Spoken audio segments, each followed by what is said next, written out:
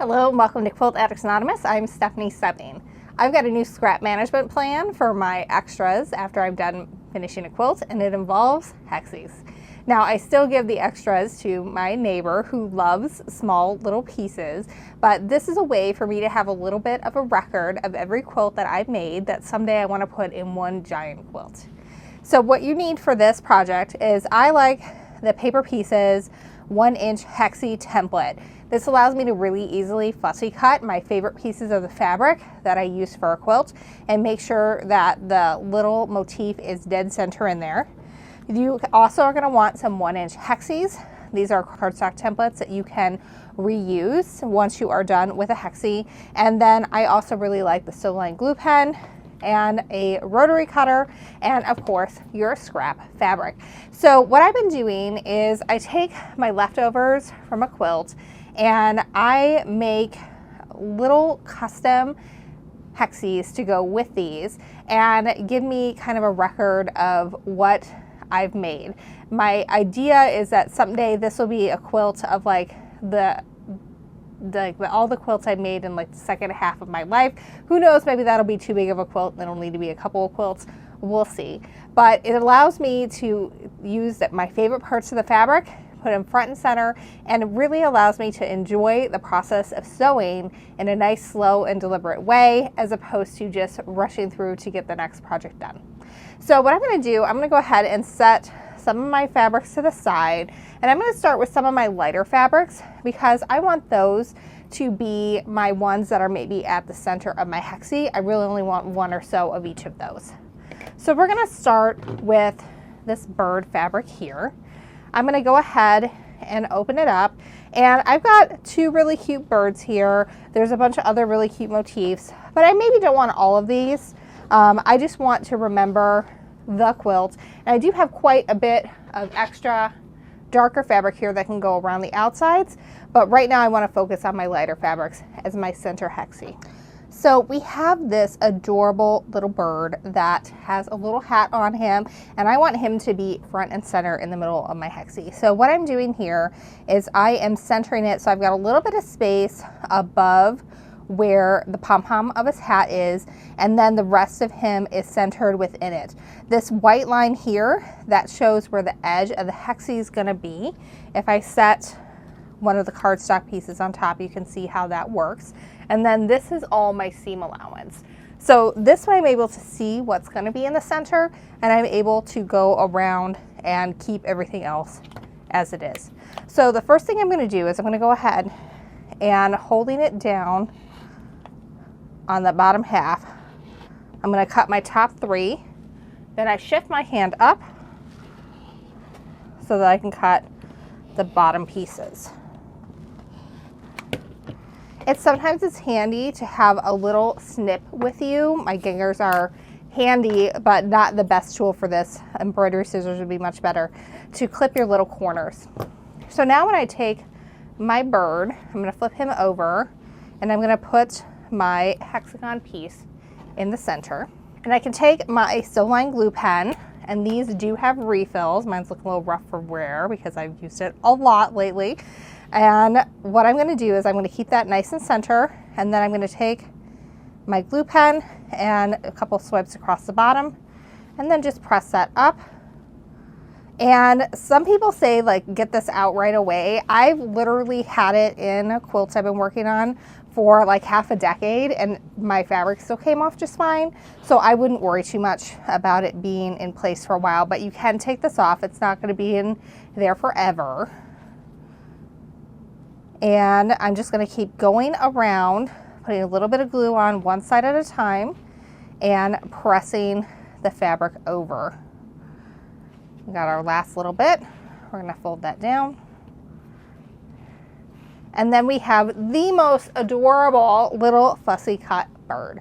So I'm going to do that, fussy cut a few more of my lighter pieces out, and then I'm going to come back and do some of my outside pieces.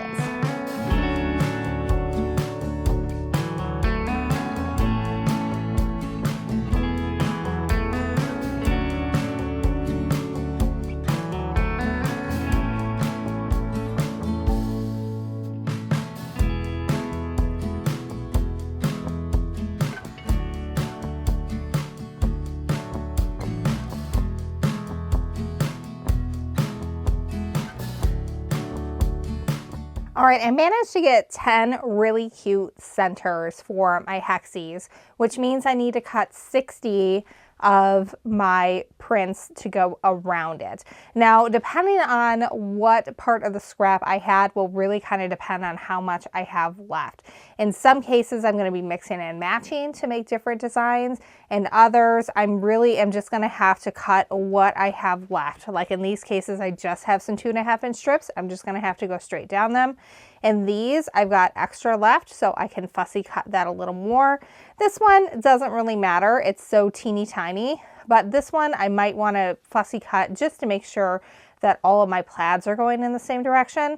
And here I'm probably going to try to do fussy cutting as much as I can to get those really cute motifs, and definitely as fussy cutting as much as I can to get the motifs of my little hats in there as well. So my goal is to get 60 from here, so that way I have enough to go around all of my centers that I cut. Now for this particular strip, I really just don't have enough to even worry about fussy cutting, and the print is really tiny, so it's not really worth it in this instance. So what I've done is I folded the strip over itself, and I'm just going to go ahead and cut around my template.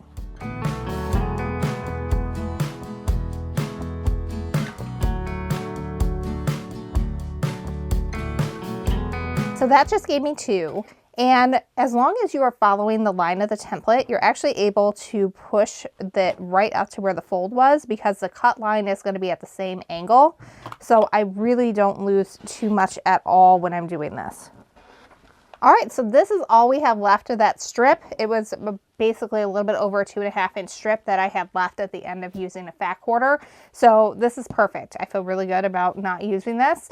But I'm going to give it to my neighbor, who probably will cut this up into a couple of 1-inch blocks and use it somehow, some way. But that little tiny bit is not for me to save. Next up, we have my plaid. Now I want to make sure I get at least 6 out of these. I probably can get at least maybe more than that. So we'll see on there. But what I'm going to do is I'm just going to line up the top of my template with the top of my line here. You can see my little darker teal going straight through there. And actually this works out pretty well too, where my top 2 corners can also be right where my white lines are. So I can also then make sure that I'm lined up with the white lines on the bottom, and that's going to give me kind of a more specific look into this, and get things a little bit more centered as I work through this. But that's a placement that I can follow along as I go through this. A lot of times when you're fussy cutting like this, you end up with fabric that really looks like Swiss cheese when it's all said and done. And I'm totally okay with that personally.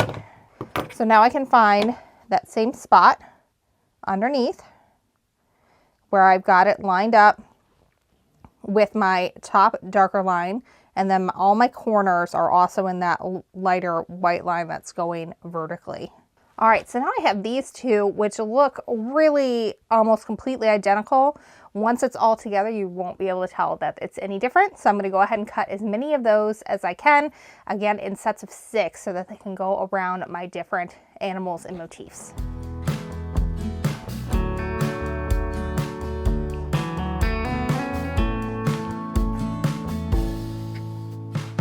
Now, a piece is tiny. You might think, oh, I'm not going to fussy cut that. But let me show you how fun it can be to try and get it so that your pieces are all dead center. So in this case, I'm making sure that my little 4-piece diamond in the center there is just dead center. And I'm going to do that for each one, and it's going to look super cute going around a flower.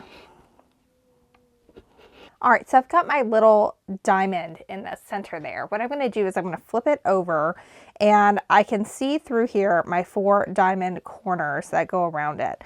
I'm going to place my template so that I can see just a little bit of each one of those. So I can see a little bit there, there, there, and there.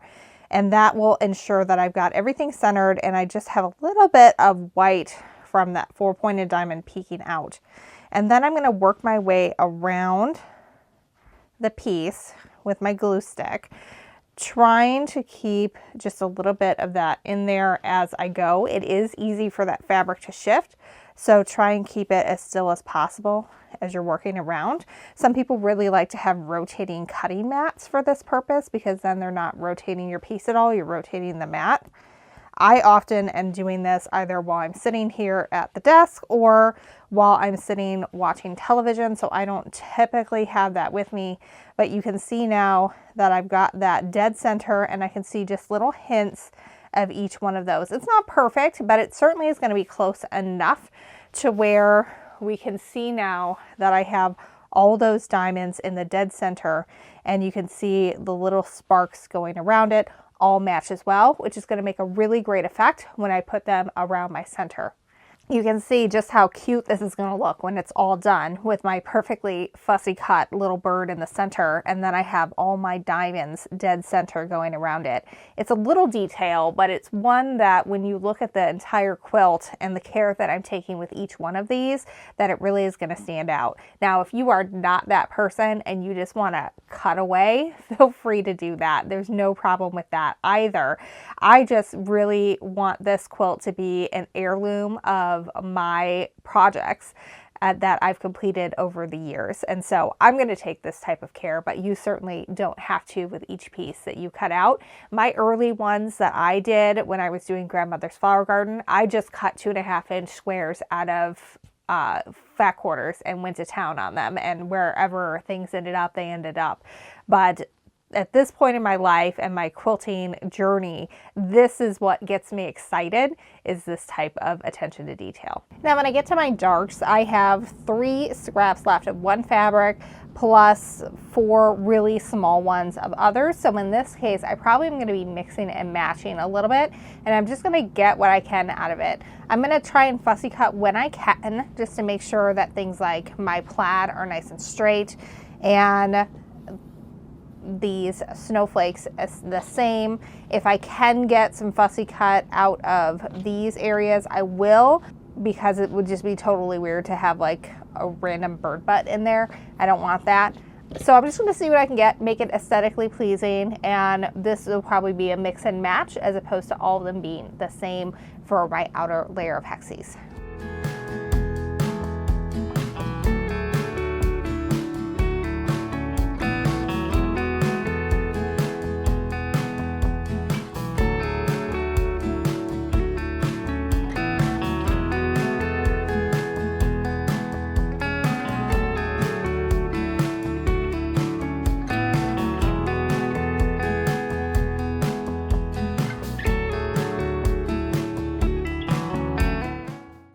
So you can see how these turn out. They're all super cute, and they're going to make great blocks within my hexagon quilt.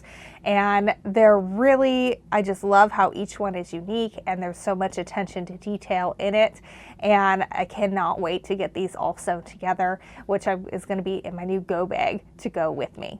Well, that's it. That is my new scrap management plan. It's a way to have a memory of all the quilts that I made all in one eventually, maybe decades from now, but I'm okay with that and having this be a nice, slow project. And until next time, happy quilting.